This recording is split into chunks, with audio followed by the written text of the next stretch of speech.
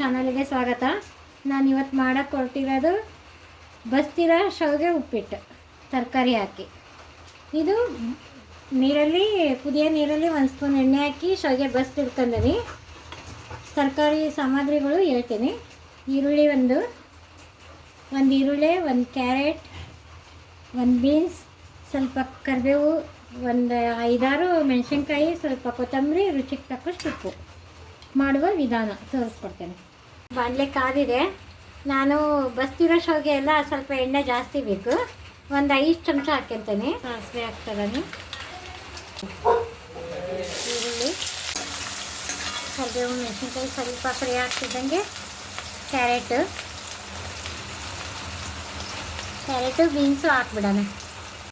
ಎಣ್ಣೆ ಕಾಸಕ್ನ ನಾನು ಫಸ್ಟು ಸಾಸಿವೆ ಹಾಕಿದೆ, ಈರುಳ್ಳಿ ಹಾಕಿದೆ, ಮೆಣಸಿನ್ಕಾಯಿ, ಕರಿಬೇವು, ಅದು ಒಂದು ಚೂರು ಇದಾಗ್ತಿದ್ದಂಗೆ ತರಕಾರಿನ ಹಾಕಿ ಈ ಥರ ಮಿಕ್ಸ್ ಮಾಡಬೇಕು.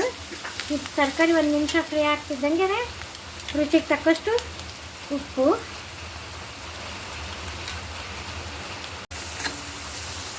ನೋಡಿ ಅಷ್ಟೇ ಚೆನ್ನಾಗಿ ಫ್ರೈ ಆಗ್ತೈತಿ. ಇದಕ್ಕೆ ಅರಿಶಿನ ಪುಡಿ ಏನೋ ಹಾಕ್ಬಾರ್ದು, ವೈಟಾಗಿ ಚೆನ್ನಾಗಿ ಕಾಣುತ್ತೆ. ಸ್ವಲ್ಪ ಲಾಸ್ಟಿಗೆ ನಿಂಬೆಹಣ್ಣು ನಿಂತ್ಕೋಬೇಕು. ನೋಡಿರಿ, ಇಷ್ಟ ಆದ್ರೆ ಅಂದರೆ ಸ್ವಲ್ಪ ಲೈಕ್ ಮಾಡಿರಿ, ಸಬ್ಸ್ಕ್ರೈಬ್ ಆಗಿರಿ ನಮ್ಮ ಯೂಟ್ಯೂಬ್ ಚಾನಲ್ಗೆ.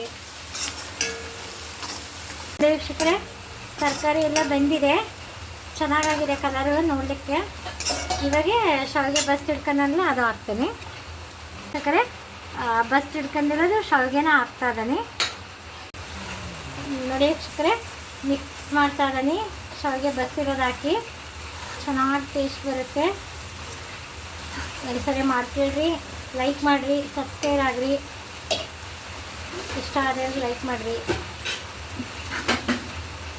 ತುಂಬ ಉದುರಾಗಿ ಆಗುತ್ತೆ, ಚೆನ್ನಾಗಿ ಟೇಸ್ಟಿ ಇರುತ್ತೆ. ವೀಕ್ಷಕರೇ, ಈ ಥರ ಎಲ್ಲ ಮಿಕ್ಸ್ ಮಾಡ್ಕೊಂಡಾನೆ, ಚೆನ್ನಾಗಾಗಿದೆ. ಈಗ ಒಂದು ಸ್ವಲ್ಪ ನಿಂಬೆಹಣ್ಣು ಹಿಂಡ್ಕೊಂತಾನೆ. ನೋಡ್ರಿ, ನಿಂಬೆಹಣ್ಣು ಹಾಕಿದೆಲ್ಲ ಸ್ವಲ್ಪ ಮಿಕ್ಸ್ ಮಾಡಿ ಪ್ಲೇಟಿಗೆ ಸರ್ವ್ ಮಾಡ್ತೀನಿ ನಾನು. ನೋಡ್ರಿ, ಸ್ವಲ್ಪ ಕೊತ್ತಂಬರಿನ ಹಾಕ್ತಾನೆ.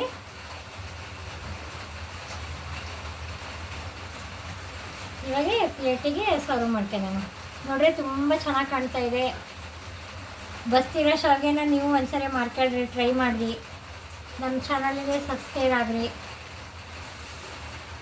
ಲೈಕ್ ಕೊಡ್ರಿ ಒಂದು. ನೋಡಿ ವೀಕ್ಷಕರೇ, ಬಸ್ತಿರೋ ಶಾವಿಗೆ ರೆಡಿ ಇದೆ. ನೀವು ಒಂದ್ಸಲ ಟ್ರೈ ಮಾಡಿರಿ, ಬಸ್ತಿರೋ ಶಾವಿಗೆ ಉಪ್ಪಿಟ್ಟು ಮಾಡಿರಿ, ಲೈಕ್ ಮಾಡಿರಿ. ಚೆನ್ನಾಗಿದೆ ಟೇಸ್ಟು. ನೀವು ಲೈಕ್ ಕೊಡ್ರಿ, ನೀವು ಮಾಡಿ.